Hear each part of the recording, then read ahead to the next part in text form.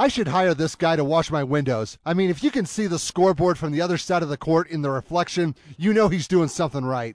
Little Snake River versus Burlington for the 1A state championship. First quarter, Little Snake River wearing the white. Daniel Willie has a couple of defenders in his face, but that did not bother him. He'll sink the first 2 points to get the Rattlers on the board. Burlington would try a similar approach. Daniel Davidson would take the fadeaway route, but it worked just the same as the Huskies would tie the game up at 2 points apiece. Let's get a little defense in here. Anson George, he had to reach to block that three, but it all worked out in the end. He'll get rewarded by finishing the fast break on the other end, and the boys in black take their first lead of the game, 4-2.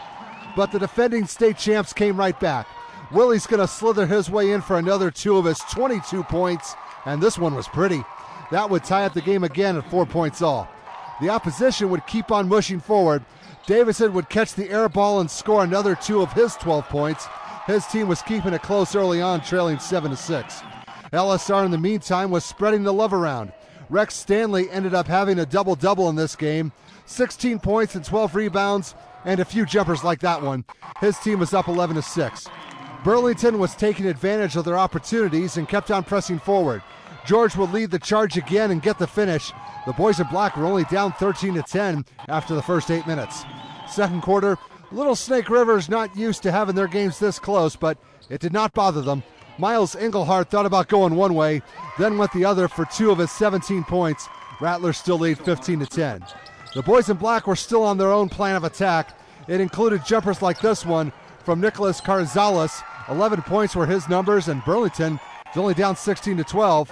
LSR tried to do the same thing in retaliation. It didn't quite work, but Garrett Grieve was there to catch the miss and put the ball where it belongs. That would push the score up to 18-12. But if you want to sink a jumper, just go to someone who knows. That would be Carazales. This one from a little bit further away, but it got the 2 points. Huskies are still trailing 18-14 at this point. The Rattlers then realized that they needed to take their shots from further away. Connor Lee figured it out. He'll drain a 3 to help the cause to give Little Snake River a 21-14 advantage, and they would later go up by 9.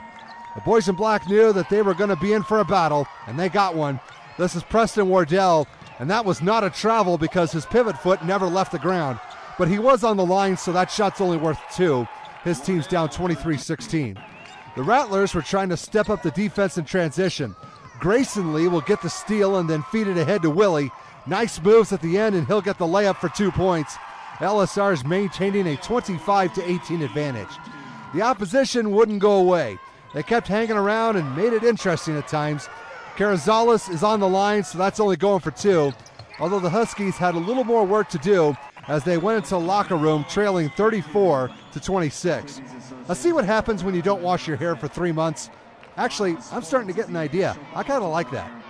Third quarter, Little Snake River would slowly build on their lead. Willie with the alley, and Stanley provides the oop on the lay-in. It's now a 40-30 contest with the Rattlers still in front. Burlington needed to bring a new dog into the pack, so they brought in Jess McNiven. He'll make a deposit at the bank to try to get his team a little closer, but they're still down 40-32. But then LSR started bringing out their long-range weapons. Engelhardt, 3-ball in the corner pocket, nothing but net. The lead is back in the double digits with the score at 43-32. And then there was more. Stanley's at the near side, bombs away, kaboom. The Rattlers were enjoying their biggest lead so far. The scoreboard now reads 46-32. The Huskies kept it together despite the situation.